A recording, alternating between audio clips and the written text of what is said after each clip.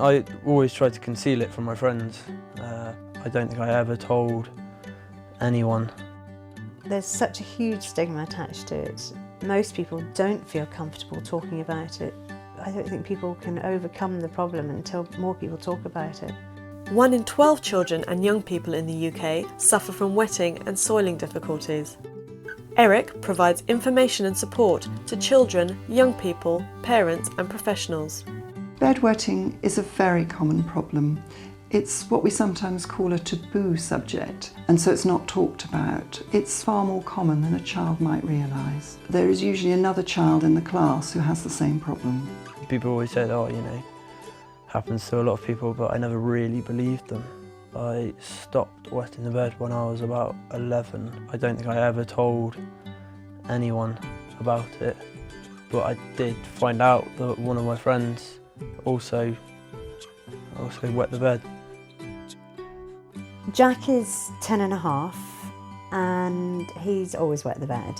I found it very, very difficult to cope with the stress of his bedwetting.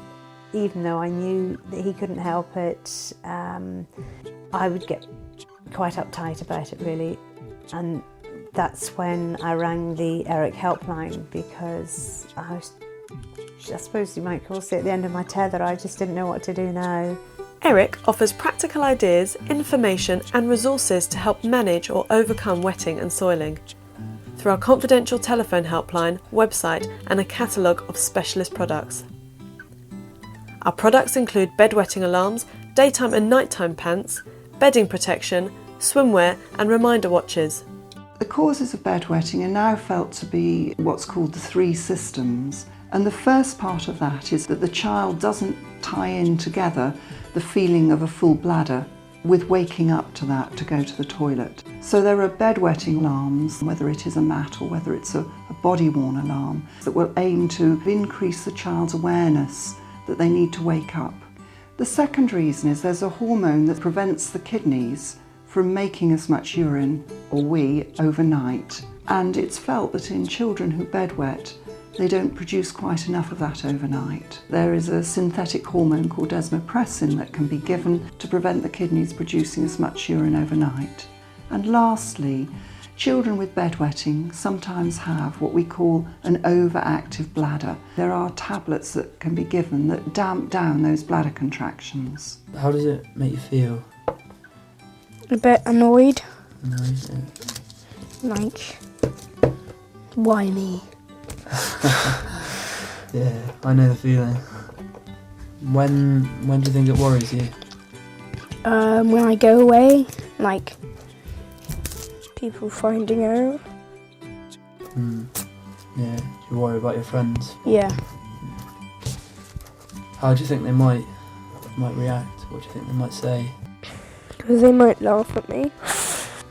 I know I used to have that problem, and it's not nice, is it? When I was speaking to Jack earlier, I could relate to him a lot. I knew kind of exactly what he felt, all the anxiety, all the pressure and the almost guilt, really. There are a lot of false beliefs about bedwetting. I think the most common is that somehow it's the child's fault, that the child could make themselves better somehow.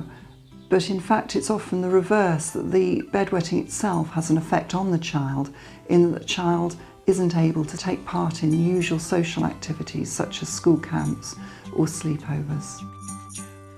Eric provides emotional support to children, young people and parents through our helpline and online message boards where people can make contact with others in similar situations. I think the most helpful thing for me has been the helpline. Ringing somebody up and having a voice on the other end of the phone that not only allowed me to vent my frustration and talk about it and share it, but also that they came up with lots of practical help. The first thing to do is to go to the people with the most knowledge, and that's Eric.